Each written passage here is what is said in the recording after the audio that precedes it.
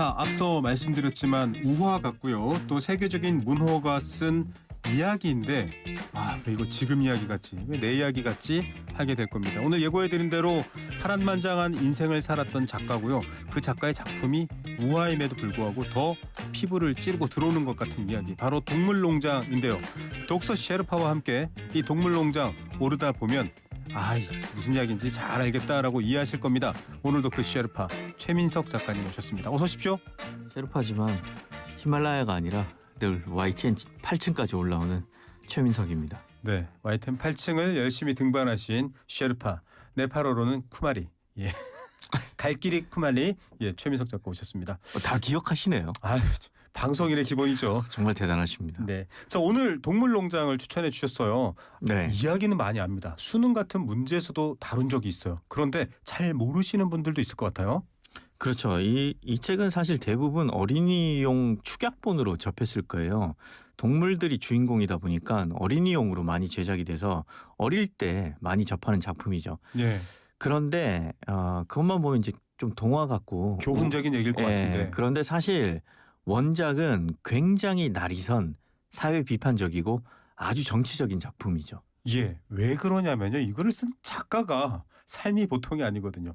조지 오웰. 저는 사실 전공상 1984를 더 많이 기억합니다. 빅브라더 많은 분들이 아실 텐데 조지 오웰이 정치적 글쓰기라는 작가로 유명하다고요? 네, 조지 오웰이 우리는 왜 작가가 되려고 하는가 네. 이런 질문에 대해서 자신의 산문집 나는 왜 쓰는가 네. 여기에다가 그 작가가 되고 싶은 그 동기를 4가지로 정리를 해놓았습니다. 네. 첫 번째 작가가 되고 싶은 이유는 그냥 순전한 이기심입니다. 남보다 좀 잘나 보이고 싶고 사람들 입에 오르내리고 싶고 죽은 후에도 기억되고 싶은 욕망.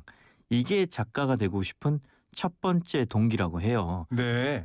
작가뿐만이 아니라 과학자, 예술가, 정치가, 성공한 사업가들한테도 이런 동기가 있다고 말을 하죠. 예, 최민석 작가에게도 있죠. 누구에게나 있는 거죠. 그렇죠. 네. 네. 두 번째 이유는 미학적인 열정입니다. 언어를 아름답게 직조해내고 그걸 나누고 싶은 열망. 네. 이게 두 번째 이유고 세 번째는 역사적인 충동. 와, 이거 특이해요. 사건의 진실을 발견해서 후대한테 알려주고 싶은 욕망인 거죠. 이 네 번째가 중요한데 네 번째는 바로 정치적인 목적입니다. 네. 이 세계를 어떤 특정한 방향으로 밀고 싶어 하는 그 욕망, 타인의 생각을 바꿔보고자 하는 욕망, 이것 때문에 작가가 되는 사람들이 있는데 조지 오웰이 자신이 바로 그런 사람이라고 얘기를 해요. 네. 물론 자기한테도 그 첫 번째, 두 번째, 세 번째 동기가 다 있지만 이 네 번째 정치적인 목적, 이 동기가 나머지 3가지를 압도할 정도라고 밝혔습니다. 네. 쉽게 말하면 세상 바꾸고 싶어 일 수도 있는데요, 여러분. 그러려면 권력과 권력의 분배인 정치를 잘 알아야 될 텐데 그렇게 할 수 있었던 계기가 뭘까? 조지 오웰의 삶을 좀 들여다봐야 될 것 같습니다. 저는 대략적으로도 이 방송 준비하면서 조지 오웰의 삶을 살짝 들여다봤는데도 이렇게 버라이어티하게 이 항공권으로 치면요 마일리지가 엄청 싸지겠다 할 정도로 최민석 작가도 좀 떠오르고요. 어떤 삶인지 좀 알려주시죠. 네, 일단 1903년에 인도 벵골에서 태어났습니다. 네. 가까스로 20세기 사람이 된 거죠. 예. 4년만 일찍 태어났어도 19세기 사람인데. 맞습니다. 네. 아무튼 이때 아버지가 공무원이었어요. 예. 그래서 급이 높은 사람은 아니었고 좀 하급 관리였는데 네. 인도에서 근무를 했던 거죠. 식민지 시절에 인도가 예. 영국 식민지였을 때. 네. 그래서 이제 인도에서 태어나서 3살 때 네. 조지 오웰이 영국으로 돌아갔는데 네. 14살 때였어요. 예. 공부도 잘하고 가문도 탄탄해야만 갈 수 있다는 영국의 그 명문 사립학교 예. 이튼 스쿨에 이름은 들어봤어요. 네, 장학금을 받고 입학을 합니다. 수제네요. 네. 근데 이제 공부는 잘했지만 예. 여기 가서 계급적인 좌절을 느낀 거죠.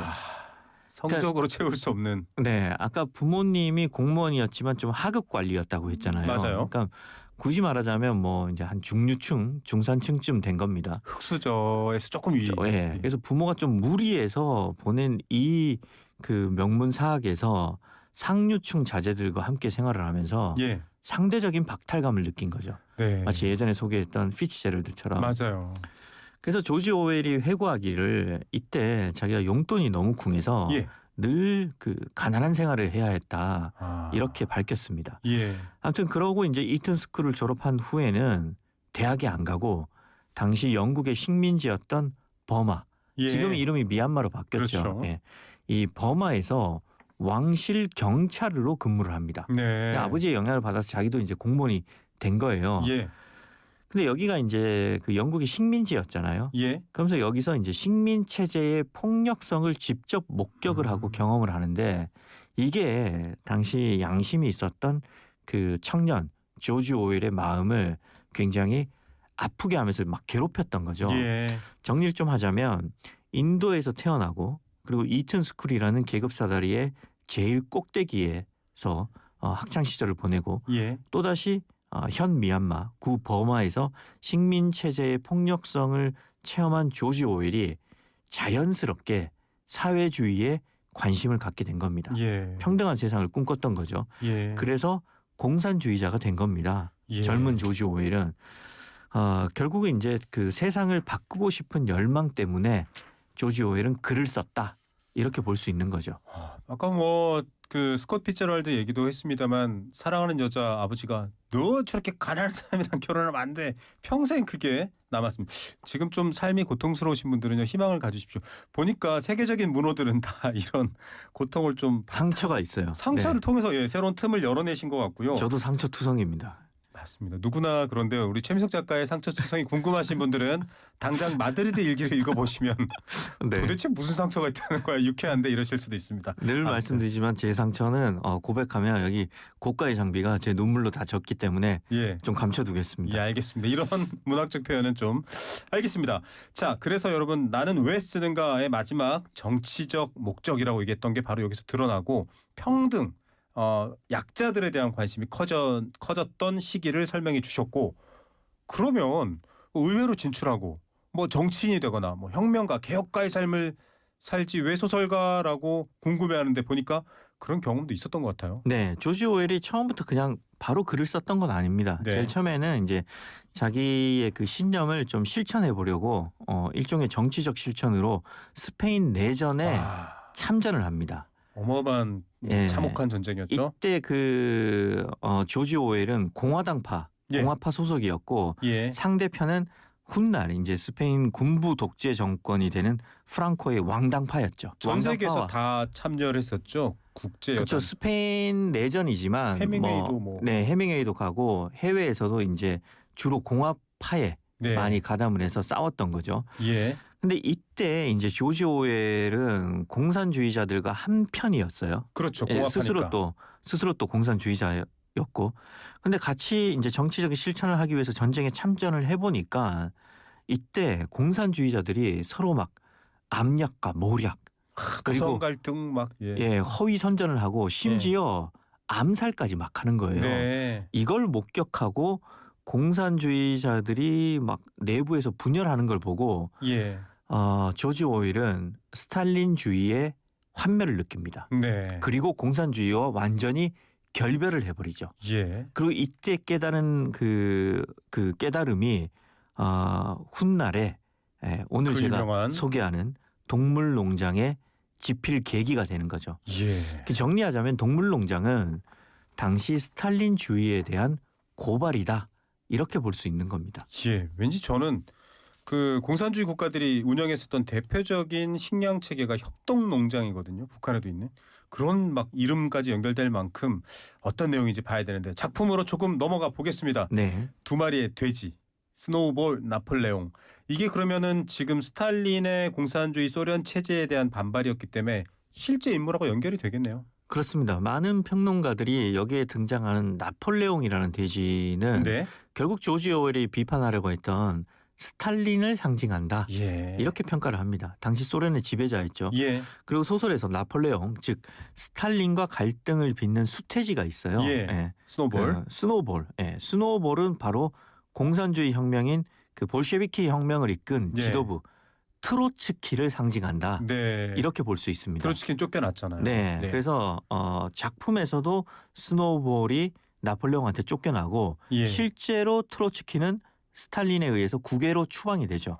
그래서 많은 사람들이 트로츠키는 권력 다툼에서 밀려났다 이렇게 이해하고 있는 거죠. 예, 아마 80년대 윈드 오브 체인지 세상이 변할 때 스탈린 동상이 끌어내려지는 그 장면 많은 분들이 기억하실 겁니다. 이 소설 안에서 단지 소련의 공산주의 독재를 주창했던 스탈린에 대한 비판뿐만 아니라 사회주의 체제가 과연 현실적으로 정말 평등을 강조하는 거야? 라는 질문을 하게 하는 비판들도 등장한다고요. 그렇습니다. 이 동물들이 원래는 이제 인간이 주인인 농장이었는데 혁명을 해서 자신들의 주인인 존즈, 네. 인간 존즈를 쫓아낸 다음에 네. 자기들이 이제 혁명 후에 농장을 잘 꾸리기 위해서 계명을 네. 정하고 그 계명을 벽에다가 네. 칠해 놓습니다. 예. 그런데 그 지도부가 다른 동물들을 이끌면서 권력의 맛을 보기 시작하죠. 그 안에서도. 네. 그러면서 조금씩 자기들 편한 방식대로 네. 계명을 슬쩍 바꿔놓습니다. 조금씩. 네. 예를 들어서 예. 원래 계명 5번은 5번이. 어떤 동물도 술을 마시면 안 된다. 이거였어요. 예. 그런데 그 나폴레옹이 다른 동물들한테 일을 시키고 자기는 이제 할 일이 없어지니까 네. 인간들처럼 술을 조금씩 마시게 되거든요. 그래서 점차 저처럼 술 맛을 알게 됩니다. 이야. 그래서 이렇게 살짝 바꾸죠. 어떤 동물도 너무 지나치게 술을 마시면 안 된다. 참. 자, 이런 식으로 결국은 가장 중요했던 계명인 모든 동물은 평등하다. 예. 요 계명까지 바뀌게 됩니다. 어떻게 바뀌냐면 예. 모든 동물들은 평등하다. 하지만 어떤 동물들은 다른 동물들보다 더 평등하다. 야, 굉장히 우화적 표현이네요. 네, 이렇게 단서를 자꾸 붙이고 표현을 자꾸 바꾸는 거죠. 예, 뭐 북한에도요 사회주의를 표방하고 있습니다. 공산주의를 추종하는 정치 세력이 집권하고 있는데도 평양 사람과요, 뭐 저기 자강도 사람은 생활 조건이 다릅니다. 평등하지 않습니다. 그런 부분에 모순이 있죠. 원래 사회주의는 말이 많이 붙거든요. 예. 그 북한도 공식 국호가 예. 조선인민민주주의공화국이잖아요. 다 있죠. 그러니까 민주주의예요. 네. 근데 앞에 인민이 붙는 거죠. 네. 네. 참, 저 같으면 5번째 계명을 세울 때 그건 부당합니다라고 할 것 같습니다. 예, 아무튼 그런 얘기가 있습니다. 자, 이렇게 조금 핵심적인 내용을 소개해 드렸는데 캐릭터를 앞서도 한번 소개해 줬지만 지켜봐야 될 것 같습니다. 왜냐하면요, 처음 동물들이 인간 농장주를 몰아내고 평등한 동물들의 세상을 꿈꾸게 된 계기, 그러니까 뭐 인간의 역사로 치면 순수했던 혁명 이런 것들이 궁금한데 작품 초반에 나오는 메이저를 좀 네. 들여다봐야 된다고요? 메이저가 굉장히 중요한 인물로 이제 나오는데 소설 첫 장면에 메이저가 연설을 합니다. 예. 이 메이저는 좀 늙은 수태지인데 네. 그때 모든 동물은 평등하다 이렇게 얘기를 하거든요. 예. 근데 이제 메이저가 영어로는 주요한, 그렇죠. 중요한, 마이너의 반대말. 예, 네. 그런 뜻이 있지만 소령이라는 뜻도 있잖아요. 맞아요. 네. 메이저 탐. 그래서 어떤 번역본에서는 메이저를 돼지 소령으로 소개하기도 하거든요. 약간 군인을 다룬 느낌이요. 그렇죠. 공산주의는 어차피 군대와 연결되니까 조지 오웰은 중의적으로 썼겠죠. 네. 그래서 뭐 판본이 굉장히 여러 개가 있는데 네. 제가 읽은 판본에서는 그냥 고유명사처럼 메이저. 돼지의 이름이 메이저인 것으로 번역이 되어 있더라고요. 예. 아무튼 이 메이저 돼지는 동물들한테 인간에게 저항하고 싸워야 하고 모든 동물은 평등하다 이런 사상을 전파하고 이제 죽게 되는데 네. 이 메이저 돼지가 바로 마르크스를 상징했다. 칼 마르크스. 예, 막스를 상징했다. 이렇게 이해할 수 있고요. 결국 소설에서 메이저의 사망은 예. 그 혁명 전야의 그 뭐랄까 순수한 이상주의가 사라지는 첫 신호라고 볼 수 있는 거고요. 예. 결국은 이제 메이저는 작품 전체에 깔려 있는 뭐 도덕적, 사상적 출발점으로 이해할 수 있는 거죠. 그런데 예. 그게 나폴레옹에 의해서 점차 변질되는 거죠. 예. 막스가 자본론을 집필을 할 때요. 막 5살, 7살짜리 아이들이 탄광 가서 일하다 죽고 뭐 18시간씩 노동하고 이런 걸 보면서 썼는데 그걸 따라서 만들어진 공산주의 사회가 과연 그걸 극복했는가 이 의문이 남게 되는 그 부분입니다. 그래서일까요? 메이저가 죽은 이후 스노우볼과 나폴레옹 체제에서 평등 사상이 점점 퇴색되어야 되잖아요. 아까 뭐 술은 안 된다라고 하다가 술은 지나치게는 안 된다 이렇게 바뀐 것처럼 좀 퇴색된다고요. 네. 그래서 이제 메이저의 사상을 이어받은 돼지가 둘이 나옵니다. 네. 스노우볼과 나폴레옹. 네. 이 둘이 처음에는 이제 각각 동물들의 지도자가 되어서 예. 메이저의 사상에 따라서 농장 주인 존즈를 몰아내고 농장을 동물들의 것으로 만들죠. 네. 이때 스노우볼은 굉장히 똑똑한 인물로 묘사가 되고 예. 나폴레옹은 매번 딴지를 거는 인물로 묘사가 됩니다. 아하. 당연히 둘 사이에 잦은 의견 충돌이 생기고요. 네. 그러다가 어느 날 나폴레옹은 몰래 네. 어디선가 키워왔던 사나운 개들을 등장시켜서 네. 자신의 동지인 스노우볼을 쫓아내버리는 거죠. 스탈린과 트로츠키 얘기 같아지네요. 그렇죠. 그러니까 결국 이제 스노우볼은 혁명의 순수한 이상을 대표하는 거고요. 그렇지만 그 현실 정치에서 이 이상이 얼마나 쉽게 왜곡되는지를 드러낸다 이렇게 예. 볼 수 있고요. 결국 스노우볼은 단순한 동물 캐릭터를 넘어서 권력과 이상 그리고 진보와 배신의 변증법적인 긴장 관계를 보여주는 하나의 상징이다. 네. 이렇게 볼 수 있는 거죠. 예. 그리고 이후부터 나폴레옹은 이제 독재 정치를 시작합니다. 그래서 이 소설 속에서 이제 나폴레옹이 결국은 많은 사람들이 스탈린을 상징하는 게 아니냐 네. 이렇게 이해를 하고 아까 말씀드린 대로 스노볼은 그 스탈린에 의해서 추방된 트로츠키를 상징하는 거죠. 예. 네. 결국 이제 나폴레옹은 전체주의와 부패 권력을 비판하기 위해서 오웰이 심어놓은 핵심적인 캐릭터다. 이렇게 볼 수 있는 거죠. 여러분 뭐 전체주의가 이래요. 국가 전체가 제일 중요합니다라고 하면서 자기는 제일 좋은 거 먹고 쉬고 술도 마시고 지나치게 마시면 안 된다라고 말도 원칙도 바꾸고 위선이라는 말이 딱 떠오릅니다. 그걸 사람들이 가장 싫어하기도 하니까요. 악이면 그냥 그러려니 하는데요. 착하다고 하고 알고 봤더니 악이면 위선은 정말 싫어하잖아요. 그 개들의 존재가 비밀 경찰이나 과거 공산주의나 전체주의 국가가 권력 유지를 위해서 운용했던 공권력 폭력으로 좀 상상하면 되나요? 그렇죠. 나폴레옹을 지킨 그 사나운 개들은 바로 비밀 경찰인 거죠. 예. 그리고 이것도 또 1984라는 작품도 읽어보면 알겠지만은 사회를 교묘하게 선전하고 좀 세뇌시키고 이렇게 뭐랄까요 메시지를 막 줘서 통제하는 스킬러, 양 이런 것들이 나옵니다. 네. 이것도 사실은 공산주의 국가의 대표적인 모습이기도 해요. 그렇습니다. 일단 양들부터 좀 얘기를 하자면 네. 이 작품에 그 걸핏하면 행동 강령을 읊어대는 양들이 나와요. 네. 이들이 바로 소련의 선전대였던 거죠. 맞습니다. 그러니까 동물들이 나폴레옹의 정책에 회의를 품을 때마다 예. 이 양들이 엥 그러면서 갑자기 어디선가 등장을 해서 예. 농장의 계명을 막 외쳐요. 예. 예를 들어서 네 발은 좋고 두 발은 나쁘다. 와. 뭐 이런 계명을 몇 시간이나 외쳐대면 이 구호 속에 동물들의 의구심과 회의가 매번 묻혀버리는 겁니다. 질문하지 마 이런 얘기 네, 같아요. 네 발은 좋고 두 발은 나쁘다. 이걸 계속 읊어대는 거죠. 역시 오늘도 연기력을 보너스로 주셨습니다. 예. 이런 식으로 이제 나폴레옹은 자기만의 농장을 완성해 가고요. 예. 그 스킬러, 예. 스킬러는 나폴레옹의 대변인으로서 그 언어로 다른 동물들을 선동하면서 권력을 유지하는 핵심적인 역할을 합니다. 약간 괴베스 같은 존재. 네, 예. 그래서 작품 전반에 나오는 이 스킬러는 결국은 언론과 선전의 위험성을 대표하는 인물인 거죠.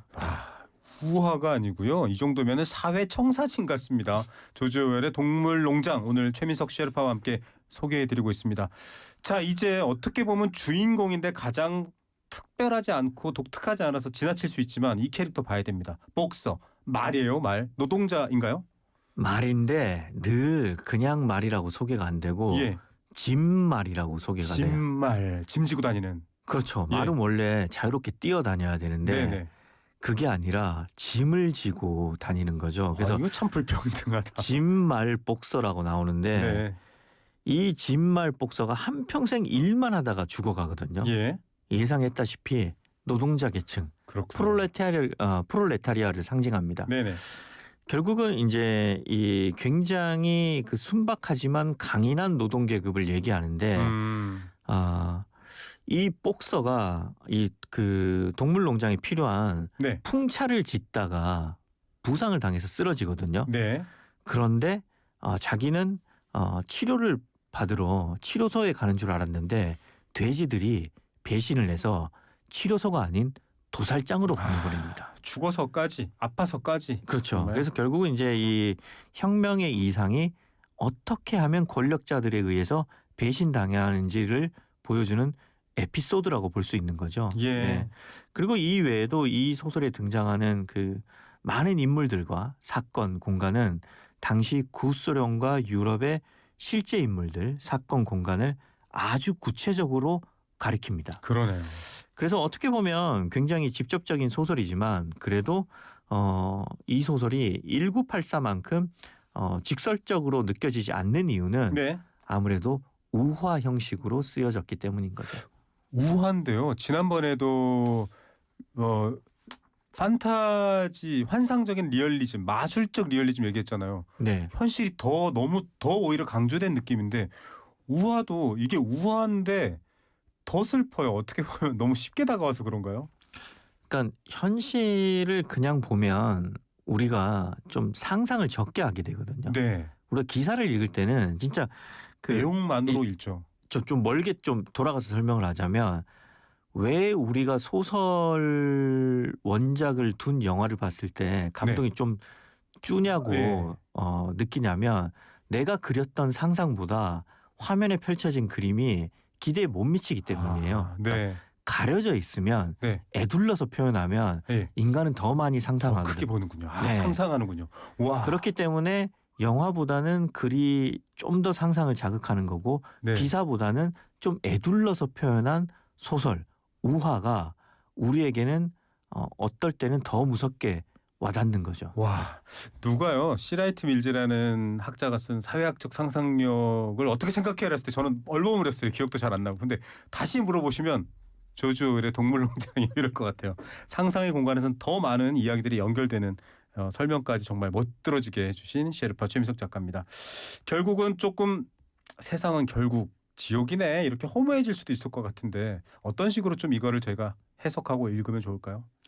그 소설은 늘 그 실패를 얘기합니다. 네. 특히 순문학은 늘 실패를 얘기해요. 네. 때로는 이제 그 실패가 아름답게 느껴질 만큼 잘 그려내서 그걸 뭐 미학적 실패라고 하는데, 근데 순문학은 왜 늘 실패를 얘기하느냐? 결국 소설의 역할은 반면교사이거든요.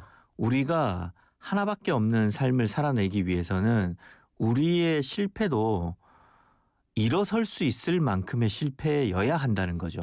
예언서가 그렇다면 아니라. 네, 일어설 수 없는 실패는 어떻게 상상하고 경험하느냐? 그건 바로 문학을 문학이요. 통해서 경험해 보라는 그렇습니다. 겁니다. 그래서 소설이 많은 실패를 담고 있어도 그것은 오히려 우리의 삶을 희망적으로 살아내기 위한 안전장치다. 이렇게 보면 좋을 것 같아요. 예. 그렇기 때문에 뭐 비극을 읽는다고 해서 혹은 현실을 아주 따갑게 꼬집는 작품을 본다고 해서 너무 낙담하지 마시고 반면교사로 삼고 내 삶의 지혜를 찾아보면 될 것 같습니다. 예, 이루어질 수 없는 사랑의 슬픈 이야기를 읽으셨기 때문에 지금 옆에 분을 사랑하시는 겁니다. 이런 생각도 억지인데 좀 붙여보겠습니다.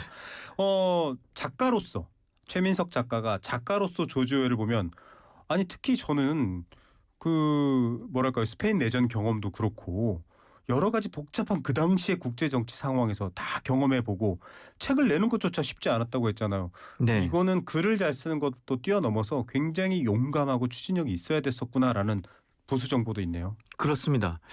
이 책을 낼 당시에 영국은 사실 그 소련과 2차 대전에서 연합군으로 함께 싸운 동맹국이었죠. 예. 그런데 동맹국의 지도자를 암시하고 비판하는 작품을 썼으니까 그러니까요. 출간이 어려웠어요. 여러 출판사가 난색을 표했습니다. 네. 결국 출판사를 구하는데 1년이나 걸렸습니다. 와. 저는 뭐 3, 4년이 걸리지만 아무튼 조지 오웰이라 짧았네요. 근데 이때 영국의 한 출판사는 책을 내기로 했는데 네.